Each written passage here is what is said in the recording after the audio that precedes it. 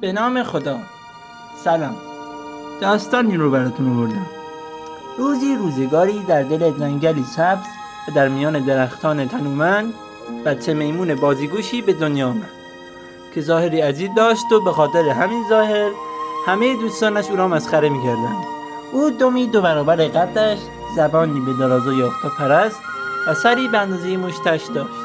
او روز و شب گریه می‌کرد و به فکر افتاد که مانند دیگر موجودات زندگی کند.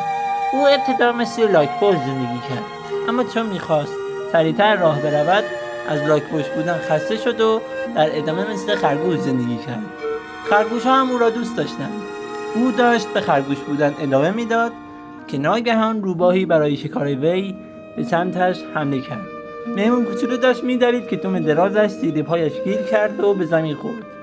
چیزی نمانده بود که روباه قصه ما او را بخورد که ناگهان شکارچی با تفنگش به سمت روباه شلیک کرد و او را از زمین برداشت. شکارچی میخواست بچه میمون را شکار کند، اما تا چشمش به چشم او افتاد از او خوشش آمد و او را نگه داشت. میمون هم شکارچی را دوست داشت و به همین خاطر شکارچی او را با خود به شهر برد. میمون از آن روز به بعد تصمیم گرفت که مثل انسان‌ها زندگی کند و شکارچی راه و رسم زندگی انسان‌ها را به او آموخت. میمون کوچولو با خود میگفت که چقدر انسان‌ها خوب هستند و منو مسخره نمی‌کنند.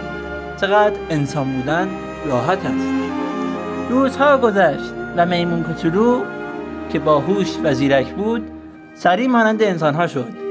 روزی داشت قدم می‌زد که دید مردی زنی را با چاقو می‌زند و او را می‌کشد. وقتی که زن مرد او همون لحظه گریه‌اش گرفت و با خود گفت که انسان‌ها چقدر به هم آسیب می‌زنند. او به سمت بدن بیجان زن دوید و هرچی که کرد دیگر زن بیدار نشد. او شب را با فکری پر خوابید. صبح که شد شکارچی را دید که به نوکرش شلاق می‌زند. او به سمت شکارچی رفت و به او گفت که دیگر نزند، اما شکارچی به کارش ادامه داد. روز بعد میمون دیگر پیش شکارچی نبود و به خیابان رفت. در حالی که نشسته بود مزرعه‌داری او را دید و با خود برد و از این به بعد او میمون را خیلی دوست داشت. در مزرعه میمون گاوهایی را دید که مرده بودند. او گفت که مگر این گاوها چه کردند که باید بمیرند؟ او به راه رفتن ادامه داد که ناگهان مرغ‌هایی را دید که سرشان زده میشد. او گفت مگر این مرغ‌ها چه آسیبی به انسان‌ها زدند که باید سرشان زده شود؟ او دیگر از ماندن در شهر خسته شده بود و به جنگل خود بازگشت. وقتی که به جنگل رسید پلنگی را دید که مشغول پاره کردن گوشت‌های آهویی است.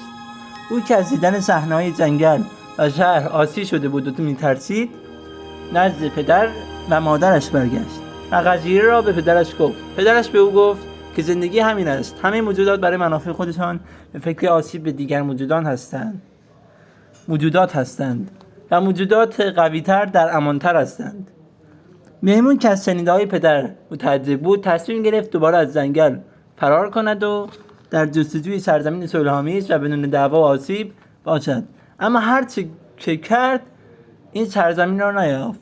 و سالها بعد او در آسمان‌ها در سرزمینی بود که دیگر نه جنگ بود و نه دعوایی و نه خونریزی، نه قتل و نه شکار.